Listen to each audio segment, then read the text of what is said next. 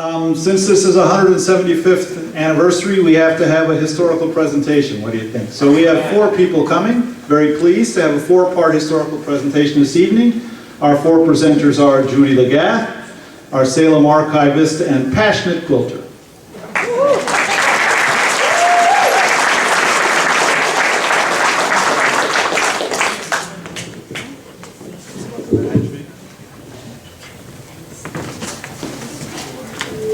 This is Salem's history in a nutshell.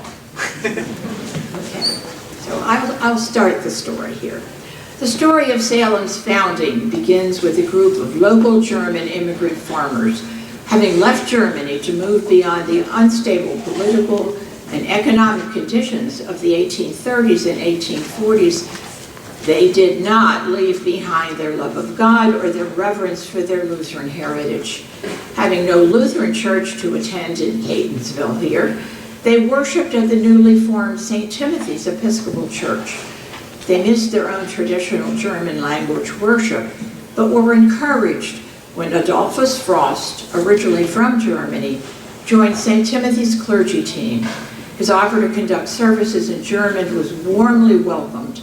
But when Frost was reassigned to a post in New Jersey, these services ended. But help was on the way, and once again it came from a connection at St. Timothy's. In 1848, a wealthy Baltimore couple, Gustav and Frances Lorman, bought a 600-acre farm in Catonsville to serve as a summer home. Gustav himself was a German immigrant and had established a highly successful import-export business in Baltimore. The Lormans were Episcopalians and surely must have become acquainted with our founding families at St. Timothy's. Recognizing their understandable desire for a church of their own, Lorman called a meeting for September 30th, 1849, to be held at the home of Paulus and Anna Rich. On this day, our congregation was founded and a name was selected. They called their new church Salem. The early life of the church was filled with much activity. Their first task was to build a house of worship. Gustav Lorman, with his own $300, purchased a lot on Ingleside Avenue and soon after donated an additional $500 of his own money to help pay for building supplies.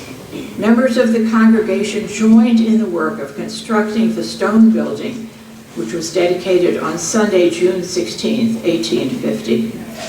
Soon a decision was made to use the churchyard as a graveyard called God's Acre and to replace the schoolhouse that had been on the property at the time of purchase.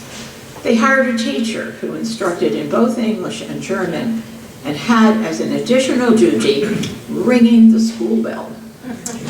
Salem's first pastor was Charles A. Brockman. Popular at first, he fell out of favor with some in the congregation, possibly due to emotional stress coming from the death of his wife and 2 children over a 3-year period.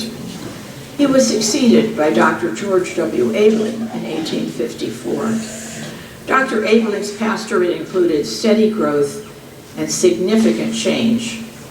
By the end of the 19th century, Salem's membership had doubled from its 1849 beginning, and the congregation looked beyond its original German ethnic orientation. As early as 1858, Sunday afternoon English language services were offered. In 1895, Sunday school instruction in English only was initiated. And at Dr. Abling's death in 1901, all worship in German was discontinued. The development of Frederick Road as the community center activity was also apparent to the congregation. In 1901, Salem began to hold Sunday evening services in English at Library Hall, a meeting and multi-purpose facility on Frederick Road.